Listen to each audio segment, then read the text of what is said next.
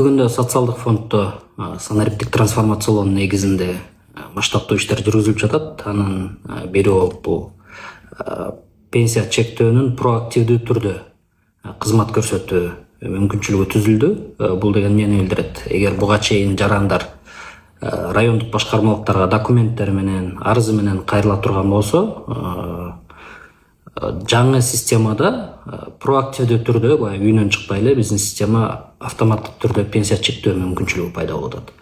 Ал деген ошо арыз жазбай эле, документ топтобой эле туулган күнү болгондо биздин жарандар өзүнүн телефон аркылуу же түндүк тиркемеси аркылуу ага пенсия чектелгендиги тууралуу билдирме алат.